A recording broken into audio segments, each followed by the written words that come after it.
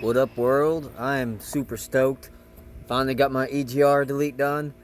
I might do something a little bit more thorough later of everything that I've done, but I'm gonna try to remember everything and just kind of do a walkthrough and stuff like that. So, of course, you guys like you've seen my hot air intake. Only reason I done this was to get rid of the donkey dick and make it easier to work on. I can actually get to all my plugs without a whole bunch of work. So I went with the factory box because I didn't like the hiss that the filter made. I'll go K&N with that eventually. But anyways, as far as EGR delete stuff, start with the main three. There's a plug, comes with the kit. Plug, comes with the kit. Cap, whatever you want to call it. Also, you'll have your EGR, your main valve here, and another type of valve here. That's the lines that go to these bottom two. Get rid of them. You're going to have a whole mess of solenoids right here on the side. Right here. It's like 3 of them, 4 of them, whatever. Get rid of every single one of them. You don't need them. All I done was took my plugs when I was done for now and run them down here in the bottom. After a while I may chop them, but I just left them in there for now. I mean, you don't see them unless you look for them. Okay, so that opens all that up. I even got rid of my charcoal canister, which goes on here. Alright, and he's got a little line that goes right here. Well, what I'll probably do with that is, as long as I've been running this truck, I've never had it hooked up. My line is just open under the back. If I decide I want to use my charcoal canister, I'll mount it underneath. Now there's a little guy here in the back.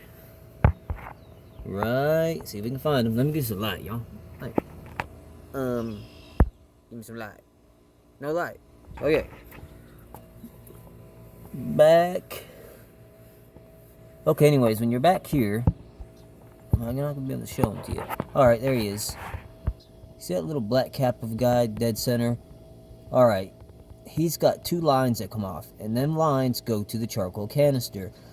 You don't need that, because I got rid of the vacuum. So what I done is I just pressed a little rubber cap with some black ATV in it and sealed that puppy up. That's all I did with that. So you don't have any vacuum leaks there. Also, most of them will be caps. This part's pretty fun. Also, before I forget, don't forget to put that bolt back in there. He will leak air. Fuel pressure regulator. Air, fuel. I run them underneath my intake. Same as the fuel.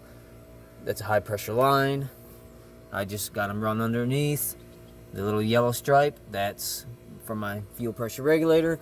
And then my fuel line is right here, and I got a good hose clamp instead of them janky ones that they use, and so far I hadn't found any leaks, so that's always good. The other thing I done, because this had the kickback cable on it, and it also had lines on it for the vacuum, and I just chopped it up and made it real simple, basic. That way when you're looking at the engine, it doesn't stick out like a sore thumb. So he's a goner. All them steel lines, you have to take your upper plenum off. All them steel lines that run to everything over here and went underneath and look like arse. Damn, my video's looking like shit, guys. Sorry about that. Well, they're gone. I had to take the upper plenum off. And of course I had to get a new gasket because the other one, it just looked like shit. That's why I run my lines underneath. That's the only 2 lines you'll need. Fuel and air for this guy. That is the only lines that thing even goes to over here when you're done, because all this is gone. You don't need any of that anymore. You don't need him. I need to order some plugs, but for now it's a bolt with electrical tape, but it works. And then you need that guy. Don't filter it, run into your tube so it can vent the crankcase. Shit, y'all. That might be it. I don't want to miss anything. But you see this little tube back here?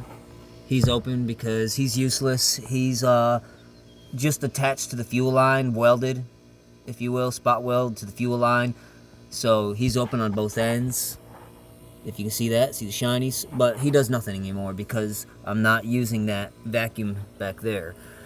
Also, before you start, if you're taking your upper intake, your upper plenum off, drain your fuel system at least a gallon, because I drained it some and it wasn't enough. And when I pulled that back one off, which you won't need to do that if you just go ahead and clip off the little vacuum lines on that little green sensor guide. Just clip them off with a pair of cutters, slap you some black ATV in one of those plastic caps and push it down. I had mine off to do it because I was going to try to fit it with a bolt, and I didn't have a bolt with the same threads, so I ended up having to put it back on there and had to re-Teflon it and all that. But overall, I really like it. I'm much happier with it. That's a good looking 3VZE in my opinion. Again, everybody talks shit about the hot air intake. I'm not done yet.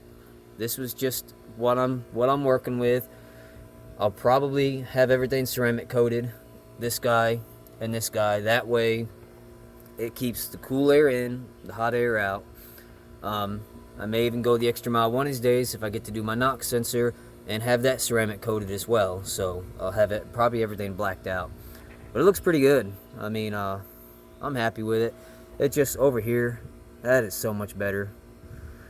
I've already went around and cleaned up some of the dirt, as you all can tell. But yeah, I mean, it's still an ugly engine, but definitely a lot easier to work on. You don't have just a ton of junk over here. Like, I mean, I can get to every one of my plugs now. 1, 2, and 3. Before, you couldn't get to them. It was just a train wreck.